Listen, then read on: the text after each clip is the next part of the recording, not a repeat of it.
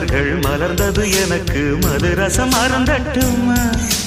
விடுகின்ற வரையில் முடிகின்ற வரையில் கவிதைகள் எழுதட்டுமா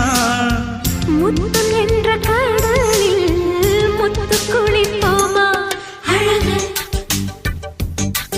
அழகு ஓ நீ நடந்தால் நடையழகு அழகு நெருங்கி வரும் இடையழகு அழகு வேலெறியும் விழியழகு